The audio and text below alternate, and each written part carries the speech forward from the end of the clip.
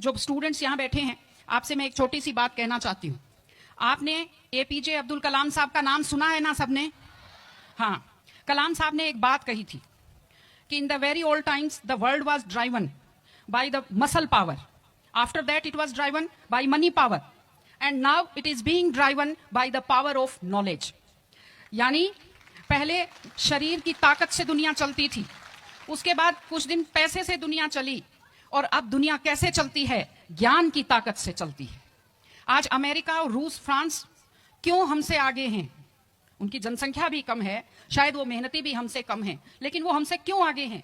क्योंकि उनके यहाँ शिक्षा का जो प्रसार था वो हमसे ज्यादा हुआ, वो हमसे ज्यादा एजुकेटेड हैं।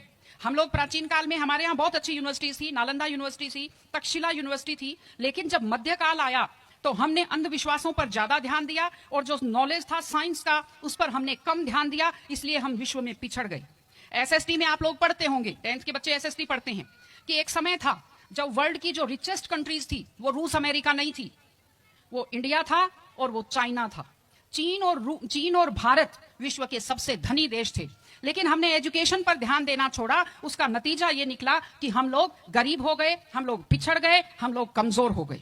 इसलिए अगर आपको खुद को ताकतवर होना है और इस देश को ताकतवर बनाना है तो आप लोग शिक्षा पर ज्यादा से ज्यादा ध्यान दीजिए। हमारी बेटियां यहां बैठी हुई हैं, आप लोग बहुत खुश किस्मत हैं, आपकी किस्मत अच्छी है कि आपने इस जमाने में जन्म लिया है जब लड़कियों को स्कूल भेजा जाता है, जब लड़कियां बराबरी के अधिकार के साथ आत्मसम्मान से जिंदगी जी सकती हैं। मैं अभी सोफे पर अकेली बैठी हुई थी, फिर उसके बाद शिफा जी आए और फिर उसके बाद संतोष जी आए, तो हमें जगह हमारी बढ़ती गई। मैंने कहा भाई पुरुषों सिंहासन खाली करो, महिलाएं आती हैं। तो आप लोग बहुत खुशकिस्मत हैं। आपकी दादी नानी कितना मेहनत करती थी, सांस नहीं ले पाती थी खुलकर, घूंघट से चेहरा ढककर रखना पड़ता था, जोर से बोल नहीं पाती थी, कानाफूसी में बात करती थी, और आप कितने सम्मान के साथ अपना बैग लेकर के पूरे विश्वास से आप स्कूल आते हो। बहुत खुशकिस्मती की आपके लिए बात है, आपको इसका फायदा उठाना चाहिए। आपको कोशिश करनी चाहिए कि आप एक मजबूत नारी बने। और आपसे मैं कहना चाहती हूं कि आपके ऊपर बहुत विश्वास करते हैं आपके पेरेंट्स, आपको घर से बाहर भेजते हैं। अपने माता पिता को हमेशा अपने मन में रखिए। दूसरी चीज आप बच्चों से जो कहना चाहती हूँ, आजकल क्या है, पहले तो घर में बहुत सारे बच्चे होते थे, संयुक्त परिवार होता था, चलते ही कोई सिर में थप्पड़ मार देता था, बच्चों को बुरा नहीं लगता था, टीचर्स की मार खाते रहते थे, हंसते रहते थे। आजकल एक दो बच्चे होते हैं घर में, बच्चे बहुत सेंसिटिव होते हैं। आप लोगों को जब आपके माता पिता टोकते हैं, आपके टीचर्स टोकते हैं, आपको बुरा लगता है। आपको बुरा नहीं लगना चाहिए, क्योंकि ये वो लोग हैं जो आपकी चिंता करते हैं। मैं आपको एक छोटा सा किस्सा सुनाऊंगी। एक गाय जंगल में चल रही थी, अचानक उसने देखा एक बाघ पीछे दौड़ा। गाय भी भागी जान बचाने के लिए, सामने दलदल था, वो दलदल में थोड़ा चली, वो दलदल में फंस गई। बाघ भी पीछा करता हुआ आया, वो भी दलदल में फंस गया, लेकिन गाय से थोड़ी दूरी पर था, चल नहीं पाया।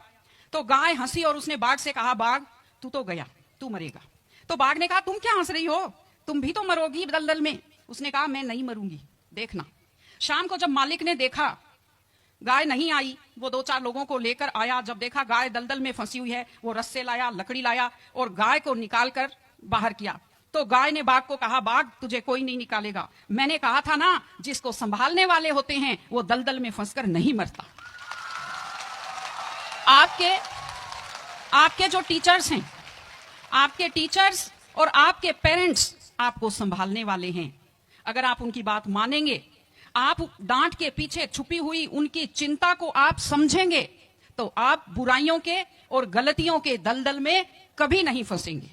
इसलिए अपने माता पिता को, विशेषकर अपनी माँ का चेहरा अपने दिमाग में रखिए, अपने दिल में रखिए कि वो आपके ऊपर कितना विश्वास करते हैं, वो आपकी कितनी चिंता करते हैं, घर पे आपका इंतजार करते हैं, आपके लिए हमेशा वो दुआएं करते हैं। आपके माता पिता जब मंदिर में जाते हैं खुद के लिए कुछ नहीं मांगते, जब वो बचत करते हैं उस पैसे से खुद के लिए कुछ नहीं खरीदते, वो पैसा आप लोगों पर खर्च करते हैं। उनकी इस चिंता को समझिए, अपने टीचर्स की चिंता को समझिए। मैं आप सबको बहुत शुभकामनाएं देती हूँ कि आप लोग, आपकी बुद्धि तीव्र हो, आपका मन बहुत समृद्ध हो, आपका हृदय बहुत संवेदनशील हो। मैं स्कूल को मैं बहुत बहुत शुभकामनाएं देती हूँ। टीचर से अपील करती हूँ कि व्यक्ति केवल शरीर और दिमाग नहीं होता, एक मन होता है, एक आत्मा होती है। माइंड जो है, mind is sharpened by the knowledge and information. दिमाग तो तेज होता है, लेकिन बच्चों का मन समृद्ध कीजिए, उन्हें कमजोर पर दया करना सिखाइए, उन्हें परिवार के प्रति संवेदनशील बनना सिखाइए कि वो एक अच्छे संपूर्ण नागरिक बने, जिसको कहते हैं कंप्लीट पर्सनैलिटी, वैसे बने। मैं स्कूल को, आप सब बच्चों को, आपको ढेर सारी शुभकामनाएं देती हूं। आप अच्छे व्यक्तित्व बने, आप अच्छे नागरिक बने, एक मजबूत परिवार का, मजबूत देश का और एक अच्छे समाज का आप निर्माण करें। आपने बुलाया, हमें सुना, हमें सम्मान दिया, मैं हृदय से आभारी हूं। बहुत बहुत धन्यवाद। नमस्कार।